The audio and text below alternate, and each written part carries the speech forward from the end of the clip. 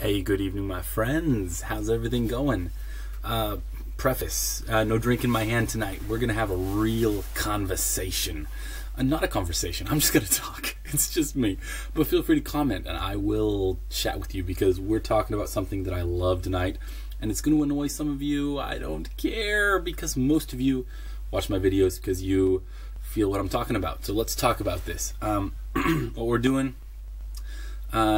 What we're doing is religion in Japan and around the world, and I'm making some commentary, and I'm going to sneak some Barack Obama in there, which is going to be divisive, but just hang with me because we're going to chat.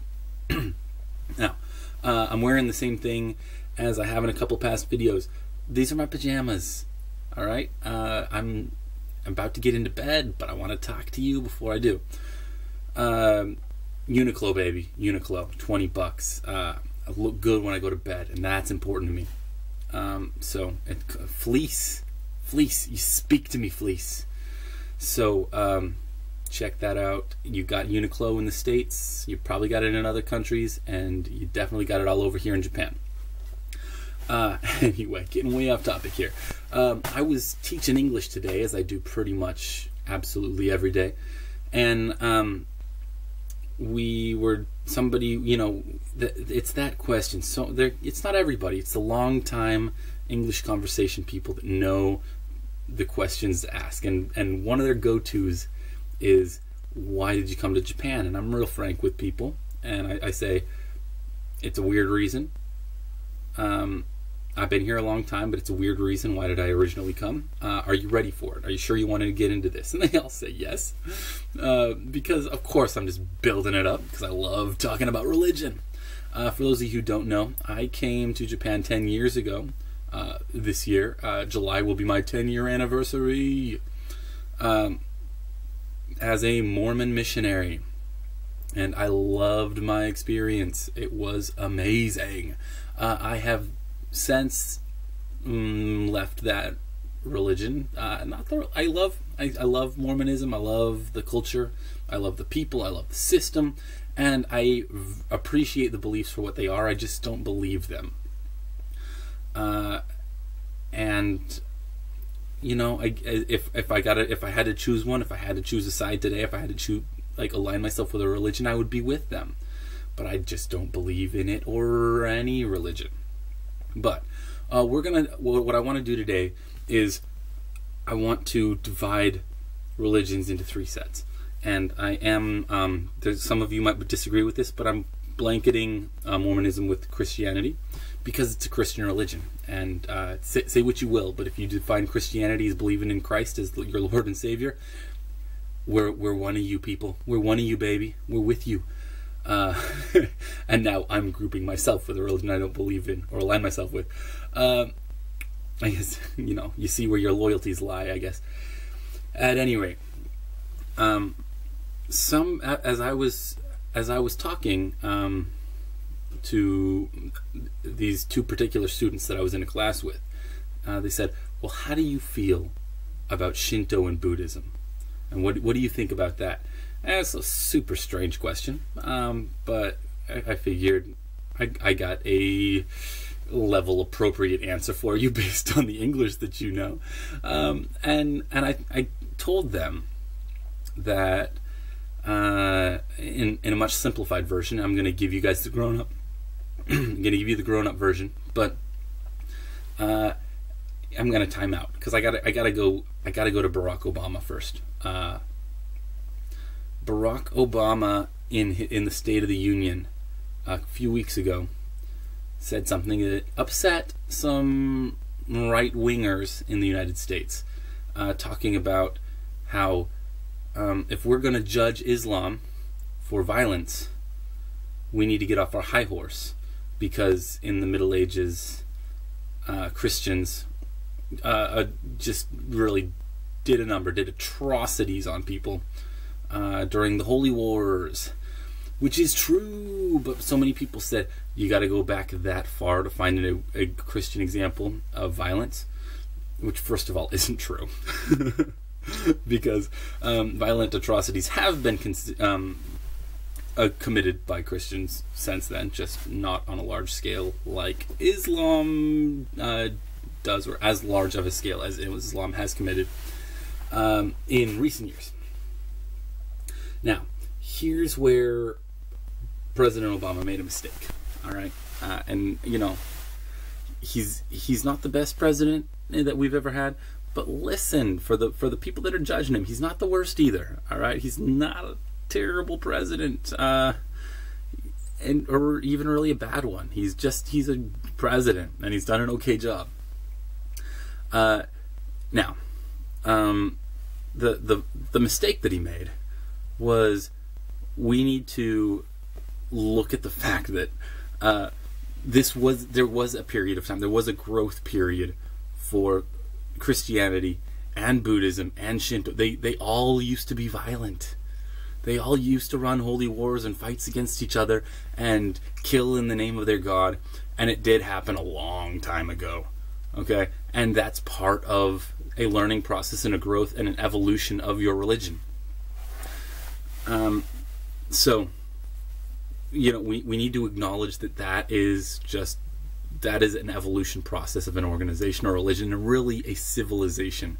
We no longer tolerate certain things that might be part of a belief system, and we move on. And as people, as humans, we evolve.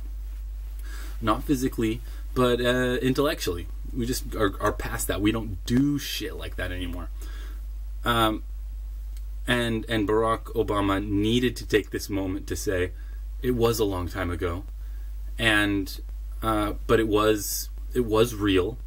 And the rest of the world moved past using religion and God as an excuse to just kill large groups of people and threaten people with violence. We've moved on. We don't do that. We have evolved, and there is an uneducated group of people, less educated group of people, and that's not Islamic people that I'm referring to. That is Islamic extremists and people that don't have access to education that are conducting this. But that sect or that portion of Islam has not moved on. They're not there. And why? Because of a lack of education. And that's where this speech needed to go. It needed to go in the direction of, you know, they are where we were a couple hundred years ago, and we got where we are now based on education.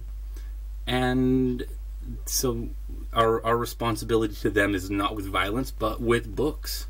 And that's what's going to move them to where we are, to the next step in human intellectual education. Did that make any sense? Wow! I was really rambling there for a while.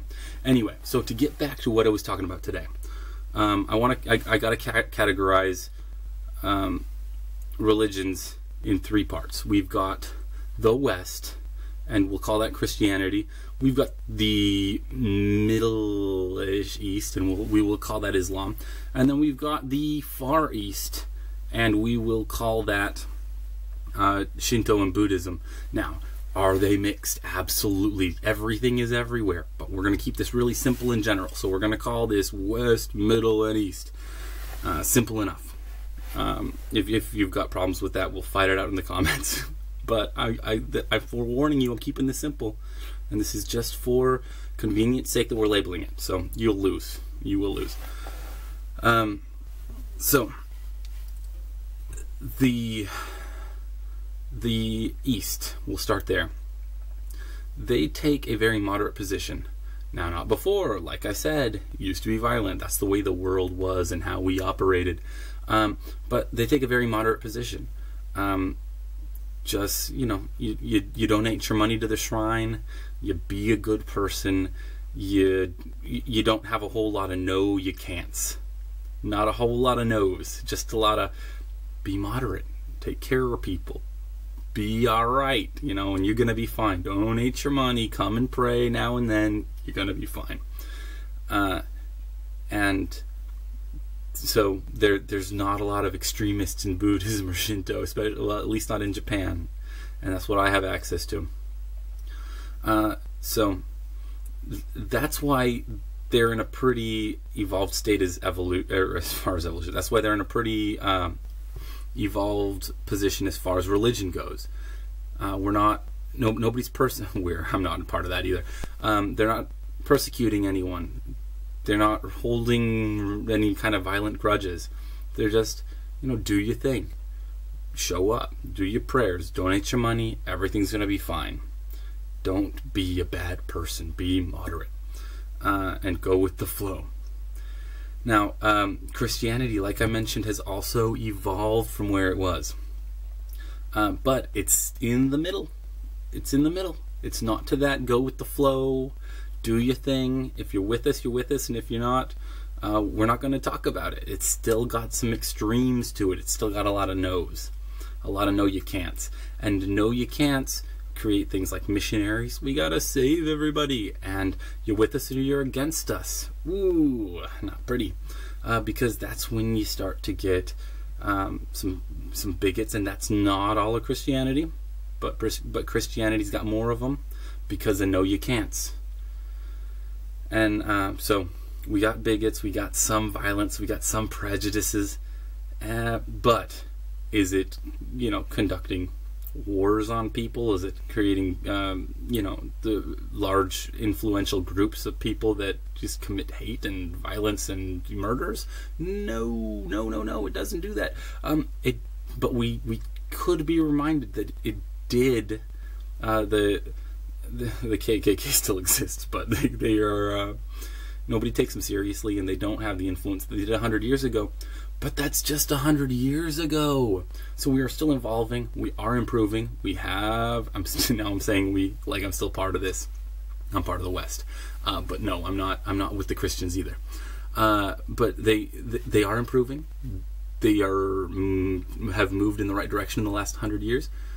But it's still fresh enough to, keep in mind that we could get off the high horse. Now, last we do have the Middle East, and the Middles, the Islamic people. I know, in my experience with people, I know Islamic people from the U.S. Delightful, wonderful. I've got no qualms with the religion, because it's not about the religion. The religion is good. It's beautiful. People convert from Christianity all the time. It is a lovely religion. The problem is not with it. It's with the region and the education. And if the main Christian bloc in the West had the same low level of education, it wouldn't have moved out of the Crusades, because that's what makes the difference. The East and the West have become extremely competitive in education, and the Middle East hasn't, and that's where the population is of Islam, and Islam has gotten a bad name because of it. It is a lovely religion. I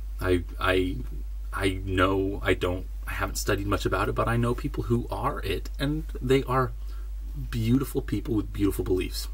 It's not about Islam. It's about regions that don't have enough education, and they haven't gotten with the program with a lot of the rest of us, who just know that we don't live like this anymore. We don't threaten, we don't murder, we have different opinions, we have different beliefs, and we go with it, and we all have room to grow, every one of us. But a beautiful thing about living in Japan is religion is not an issue. It's not a political issue much, at least not to the extent that it is in my home country of the United States.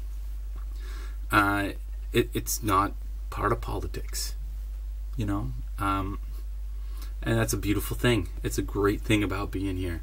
It's just be moderate, be good, go to the temple. I am not religious. I don't believe in anything, but I go to the temple. I'll bow down. I'll throw my change in the box, and it's just part of being here, and everybody just does it, and you go with the flow.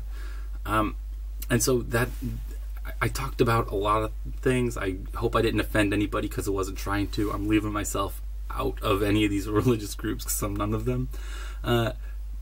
But I just wanted to talk about why living in Japan is great, why religion is not a problem here, and if you struggle with religion, this is a nice place to be.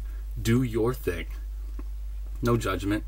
They've got the Mormons here, they got the Jehovah's Witnesses here, they got the Seventh-day Adventists and the Soka Gakkai and the Shinto and the Buddhists, and they got everybody, and nobody really cares that much. You just go with the flow because it's moderate. I hope that you enjoyed this. I hope that it means something to you, because this kind of thing means a lot to me. Have a great night, everybody. Love you. Peace.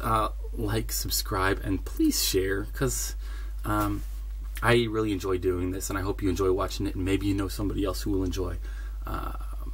All my love to you. Oyasumi nasai.